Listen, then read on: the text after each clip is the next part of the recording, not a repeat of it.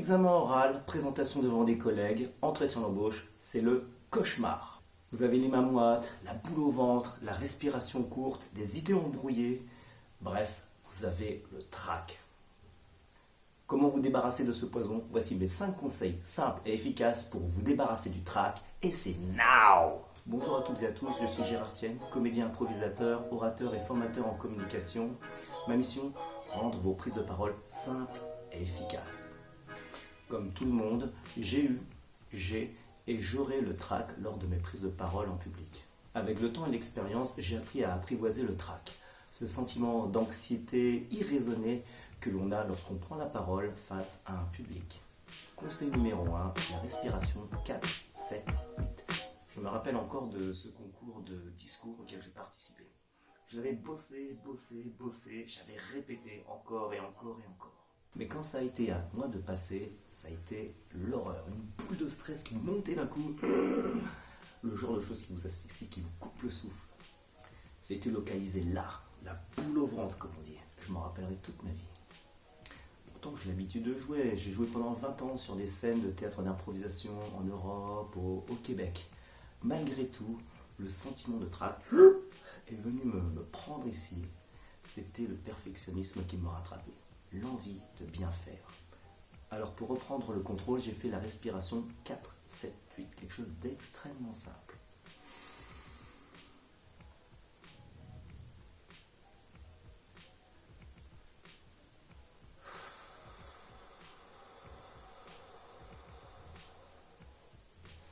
Dix fois de suite. Et là, le trac est parti.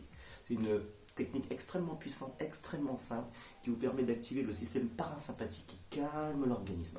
Donc un conseil que je vous donne, c'est que lorsque vous avez le trac, respirez comme ça, 4 secondes, on bloque 7 secondes pour favoriser les échanges gazeux et la détente, et 8 secondes pour bien enlever tout l'air et notamment le gaz carbonique. Conseil numéro 2, vous êtes là pour aider les autres. Rappelez-vous que votre prise de parole a pour but d'aider les autres. Vous êtes là pour apporter de l'information, pour les aider, pour leur apporter de la valeur. Alors pour diminuer le stress, arrêtez de mettre le focus sur vous. Arrêtez de vous dire, est-ce que je vais réussir? Est-ce que je vais leur plaire? Est-ce que je vais être à la hauteur? Arrêtez de vous mettre la pression. Parce que si le tu tue, le je paralyse. C'est l'enjeu qui crée le stress. La peur d'être jugé par les autres, critiqué, moqué, voire dans les cas extrêmes, vraiment dans des cas extrêmes, insulté. Mais c'est vraiment l'envie de bien faire, le fait d'être monsieur parfait, monsieur zéro erreur, qui fait que tout à coup, de manière contre-productive, paradoxalement, on se bloque. Donc un conseil, orientez vos pensées positivement. Le contrôle que vous aurez sur vos pensées est extrêmement puissant.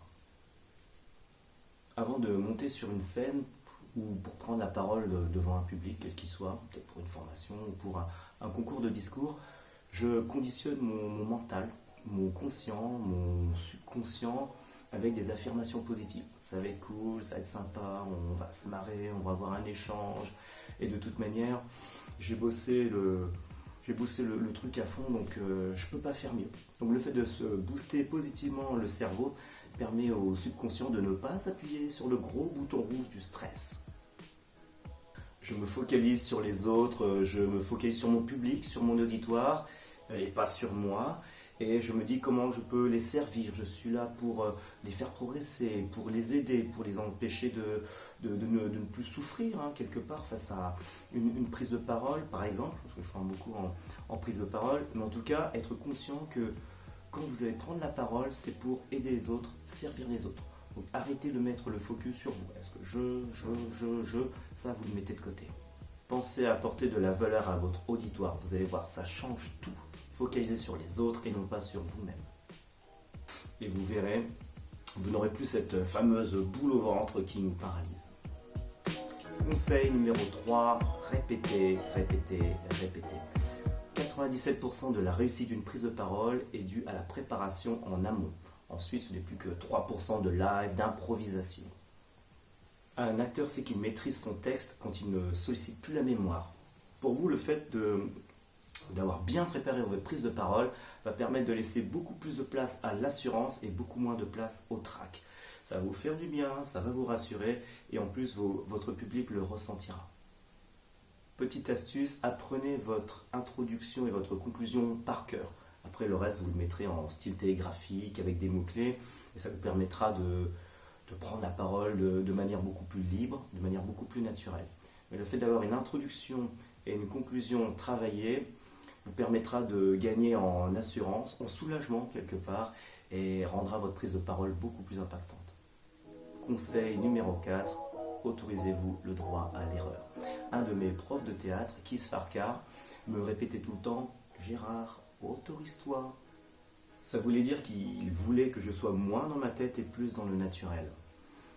Donc soyez naturel, autorisez-vous le droit à bégayer, bafouiller, faire des erreurs, trembler ou je ne sais quoi. Autorisez-vous à ne pas être parfait. Quand on est face à un public en live, on ne peut pas couper, reprendre, monter, contrairement à cette vidéo. Donc il faut assumer le droit à l'erreur. Il faut se donner le droit à l'erreur. Le droit de bégayer, de bafouiller, de perdre le fil. C'est comme ça, votre public voit, entend et ressent tout ce qui se passe en direct. Donc ça fait partie du jeu et il faut l'intégrer. Donnez-vous le droit à l'erreur, célébrez vos erreurs, faites les choses sérieusement, mais sans vous prendre au sérieux. Vous dédramatiserez la situation, vous détendrez l'atmosphère, vous humaniserez, en bref, que du positif. Et pour finir, conseil numéro 5, boostez votre énergie. Utilisez pour cela quelque chose de très simple, la musique. La musique, une musique énergisante, dynamisante, qui va vous permettre de bouger, de sauter sur place, de crier, peut-être dans un coin très très loin. Mais l'idée c'est ça, montez votre énergie grâce à la musique. Quand vous sentez le trac monter, peut-être une demi-heure avant la prise de parole, isolez-vous et vous mettez un son qui va vous porter, vous booster, vous éclater. Faites du hip-hop, du rap, de la flûte à bec, ce que vous voulez, tant que ça vous booste. La musique agit directement sur notre état de stress. Elle diminue l'anxiété. Le sport donne de l'énergie. Les endorphines et la sérotonine ont un effet sur le stress. Utilisez leur super pouvoir.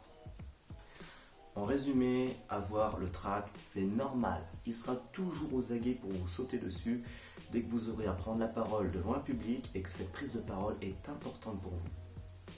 À chaque fois qu'on voudra bien faire, le trac sera là. On ne peut pas le faire disparaître, mais on peut l'apprivoiser. Comment? Voici mes solutions. Celles que j'utilise quand je dois prendre la parole et que je sens le trac monter en moi. Ça ne m'arrive pas souvent, mais quand ça m'arrive, je suis bien content de les utiliser.